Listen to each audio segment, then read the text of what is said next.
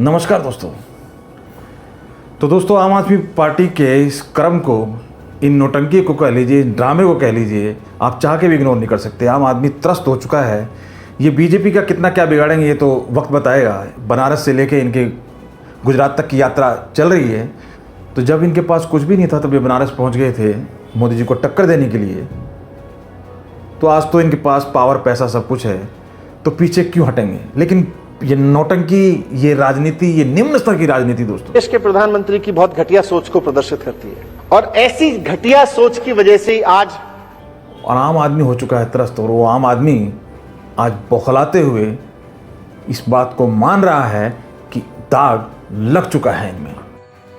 लागा चुनरी में दाग छुपाऊं कैसे, लागा चुनरी में दाग, चुनरी में दाग छुपाऊं कैसे, चुनरी में दाग छुपाऊं कैसे, मर जाऊं कैसे, लागा चुनरी में दाग छुपाऊं कैसे, लागा चुनरी में दाग।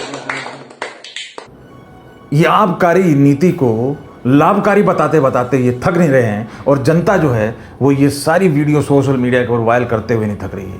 ये दिखा रही है कि किस तरह से शिक्षा लेने के बाद एक के साथ एक फ्री, और ये क्या क्या चीज़ें हो रही हैं, और ये क्या डेवलपमेंट है, क्या गली मोहल्ला है, क्या नाले है, क्या विकास है, क्या ये वर्ल्ड क्लास मॉडल है। जब अपने आप को ही कन्विंस करना है तो उसके लिए मुझे नहीं लगता कि कहीं टीवी पे आके बताने की ज़रूरत है। तो दोस्तों, आज करेंगे बात, आज करेंगे, मैं आपके सामने रखूंगा कि क्या इनका जीएसटी के ऊपर विचार था। क्या ये बताने की कोशिश कर रहे हैं कि सिसोदिया साहब के अलावा तो पूरे वर्ल्ड के अंदर कोई शिक्षा मंत्री जानते ही नहीं है, कोई नोन ही नहीं है। सबके बारे में बात करेंगे दोस्तों। पहले देख लेते हैं रेफरेंस वीडियोज, किसके रेफरेंस से करेंगे बात। पूरे देश में अगर आप पूछो कि केंद्र सरकार में शिक्षा मंत्री कौन है, मुझे नहीं लगता किसी को भी पता होगा। नहीं, एक तो ये भी गलत धारणा है कि कोई टैक्स नहीं देता। इस देश के अंदर गरीब से गरीब आदमी भी टैक्स देता है। दही पे जीएसटी लगा दी, शहद पे जीएसटी लगा दी, गेहूं पे जीएसटी लगा दी, चावल पे जीएसटी। कोई बड़ी बीमारी हो जाए, 70 लाख 80 लाख 90 लाख का ऑपरेशन का खर्चा है, वो भी सारा खर्चा दिल्ली सरकार देती है।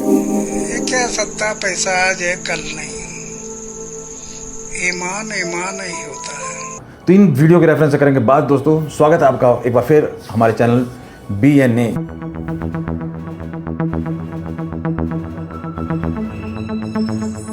तो जहां हम करते हैं विश्लेषण इन ब्रेकिंग न्यूज का। और आजकल ब्रेकिंग न्यूज के ऊपर आम आदमी के अलावा कोई छाया हुआ नहीं है दोस्तों। टीवी पर आना इनकी सबसे बड़ी प्रायोरिटी है। टीवी पर आना। अब तक काम से भागते हुए, किसी भी रिस्पॉन्सिबिलिटी से भागते भागते इन लोगों ने इतना सब चीज़ अचीव किया है। अब इन्हें लगता है कि पूरा देश इनके झांसे में आ जाएगा दोस्तों। अब ये विचार एक बार सुनिए दोस्तों और समझने की कोशिश कीजिए कि वाकई ही ये बात सच है कि किसी भी आदमी का इलाज बिल्कुल फ्री है। अगर एक क्रोसिन की दवाई चाहिए वो भी, कोई टेस्ट कराना है वो भी, और अगर कोई बड़ी बीमारी हो जाए, 70 लाख 80 लाख 90 लाख का ऑपरेशन का खर्चा है, वो भी सारा खर्चा दिल्ली सरकार देती है। जिनकी क्या औकात बताई गई थी आम आदमी पार्टी द्वारा कि एक रिक्शा वाला जीत गया, एक साइकिल वाला जीत गया, एक छोटे छोटे लोग ने बड़े बड़े धुरंधर को हराया है। आज बताया जा रहा है कि 20-20 करोड़ कीमत है उनकी। झूठ बोलो, झूठ बोलो, झूठ बोलो, बार बार बोलो, बार बार बोलो, बार बार बोलो, हर जगह पे बोलो और जोर जोर से बोलो। और किस तरीके से पहुंच गए राजघाट। कांग्रेस के एक प्रवक्ता, मैं सुन रहा था, बहुत अच्छा जवाब दिया था कि यह राजघाट है, वो धोबी घाट नहीं है। अब कहां पहुंच गए वहां पे। अब क्योंकि जनता के पास ऑप्शन 5 साल में एक बार ही है जवाब देने का, समझाने का, बताने का। अभी हाल में ही 2020 में इलेक्शन में जिस शिक्षा मंत्री के कसीदे पढ़ते पढ़ते, तारीफ करते करते ये लोग थक नहीं रहे हैं। एक प्रवक्ता ने 2-3 पता नहीं कितने लोगों को एक ही स्टीरियोटाइप आंसर रटाया एक डायलॉग दिया जाता है। अरे भाई, एक रात ने बोल दी, 2 ने बोल दी, 3 ने बोल दी। तो ये जो बार बार अलग अलग प्रवक्ता आके बातों को, विचारों को बांटते हैं और एक दूसरे को कन्विंस करते हैं। संजय सिंह सिसोदिया साहब को सिसोदिया साहब, राघव चड्ढा भारद्वाज साहब को ये सब लगे हो रहते हैं एक दूसरे को कन्विंस करने में कि भैया कट्टर ईमानदार तो केजरीवाल साहब ही हैं। तो भैया जब आपस में एक दूसरे को कन्विंस करना है तो कहीं भी बैठे कर लो। ये टीवी पे आ आके ये माना हमने कि दिल्ली के अंदर हल्की हल्की बारिश अगर 2 बार हो जाए तो उसकी भी रिपोर्टिंग हो जाती है, ब्रेकिंग न्यूज़ चल जाती है। लेकिन इसका मतलब ये नहीं है कि हर बात पे आप टीवी पर आएंगे। दिल्ली संभली नहीं, दिल्ली में कोई पदभार लिया नहीं गया इनसे, और पूरे दुनिया को, हिंदुस्तान नहीं पूरी दुनिया को शिक्षित करने का ठेका लिया जाता है। सबसे पहले दोस्तों एक अभी हाल में ही कल विधानसभा में, अब तो इनको बहुमत साबित करने की कुलबुलाहट भी हो रही है, बहुत कुछ, लेकिन इनकी भाषा, इनकी शैली और प्राइम मिनिस्टर के ऊपर इस तरीके के उलझुल बयानबाजी करना और इनकी बौखलाहट दिखाती है कि ये कितने पाक साफ हैं, कितने ईमानदार हैं। आपको मालूम है दिल्ली सरकार का इस प्रचार तंत्र पे खर्चा सेंट्रल गवर्नमेंट के मुकाबले कितना है? डबल के लगभग है दोस्तों। 488 करोड़ से ज़्यादा इन्होंने पब्लिसिटी पे खर्च किया हुआ है। अब इतना खर्च करने के बाद अब ये साहब कहते हैं, सर जी कहते हैं कि पूरे हिंदुस्तान में क्या पूरे विदेश में कहीं भी जाओ वहाँ पर शिक्षा मंत्री पूछो तो एक ही जवाब आता है। पूरे देश में अगर आप पूछो कि केंद्र सरकार में शिक्षा मंत्री कौन है, मुझे नहीं लगता किसी को भी पता होगा। मैं अगर आप पूछो कि उत्तर प्रदेश का शिक्षा मंत्री कौन है, किसी को नहीं पता होगा। मैं एक वो देख रहा था सोशल मीडिया पे, ये टीवी वाले कई बार बच्चों से पूछते हैं। एक बच्चे से पूछा, बेटा केंद्र का शिक्षा मंत्री कौन है? बोला मनीष सिसोदिया। उससे पूछा उत्तर प्रदेश का शिक्षा मंत्री कौन है? बोला मनीष सिसोदिया। उससे पूछा राजस्थान का शिक्षा मंत्री कौन है? बोला इस देश में एक ही शिक्षा मंत्री है। अब ये बताइए दोस्तों, आपने रामायण देखी, महाभारत देखी, फिल्में भी देखते हैं अक्सर। किसी भी कैरेक्टर को, जो भी कैरेक्टर पॉपुलर होता है, हिट होता है, आप उसके एक्चुअल नाम से जानते हैं? उसको नहीं जानते ना। किस नाम से जानते हैं? राम के नाम से अरुण गोविंद को जाना गया था, रावण को रावण के नाम से जाना गया था, उनका एक्चुअल नाम किसी को नहीं पता था।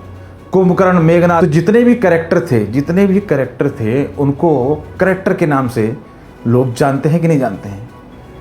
सच से किसी को कोई लेना देना नहीं होता। तो उसी गेम को चलाने की, वही नोटंकी, वही फिल्मी अंदाज में राज करने की तरीके कि भाई हम पब्लिक को गुमराह करेंगे, ड्रामेबाजी करेंगे और वो मान जाएंगे हमारी बात को। कितने भरोसे से कि भैया कोई नहीं जानता है शिक्षा मंत्री को पूरे हिंदुस्तान में। शिक्षा मंत्री किसी भी स्टेट का पूछो एक ही के जवाब आता है। तो भैया जब इतनी पब्लिसिटी पे खर्चा करोगे तो होगा क्या? इतना पब्लिसिटी पे खर्चा करके, और इस चीज़ का गुमान कि शिक्षा मंत्री काम की वजह से जाना जाता है, और इलेक्शन में अभी हारते हारते साहब बचे थे। आम जनता के प्रति ये क्या रुझान रखते हैं, क्या इनकी सोच है, अब आप खुद सोच लीजिए। अब मैं एक जीएसटी के ऊपर दिखाता हूं दोस्तों। और फ्री उनको मिलता है जो टैक्स नहीं देते। नहीं, एक तो ये भी गलत धारणा है कि कोई टैक्स नहीं देता। इस देश के अंदर गरीब से गरीब आदमी भी टैक्स देता है। जीएसटी सारे देते हैं। जब एक गरीब आदमी बाजार से माचिस खरीदता है, पेंसिल खरीदता है, पेन खरीदता है, कुछ भी खरीदता है, रोटी खरीदता है, सब्जी खरीदता है, और जीएसटी देता है, जीएसटी सब चीजों के ऊपर लगता है। तो ये जीएसटी के प्रति इनके विचार, और हाल में कल ही सदन में ये सुनिए विचार, क्या सोच, क्या विचार है। दही पे जीएसटी लगा दी, शहद पे जीएसटी लगा दी, गेहूं पे जीएसटी लगा दी, चावल पे जीएसटी लगा दी। जब से ये महंगाई हो रही है, जब से ये जीएसटी लगा है, कई परिवार ऐसे हैं जिन्होंने एक टाइम की सब्जी लेनी बंद कर दी, अब नमक से रोटी खा लेते हैं। तो एक तरह से गरीब का खून चूस के और वो पैसा ये अरबपति दोस्तों को दे रहे हैं। अब मिल लेते हैं दोस्तों उस आम आदमी से जिसने इनको सबसे पहले पहचाना था दोस्तों, और सबसे पहले पहचानने वाले आम आदमी से जरूर मिल लीजिए एक बार। इस आम आदमी को वाकई सैल्यूट करना चाहिए। इन साहब ने सबसे पहले इनको पहचाना।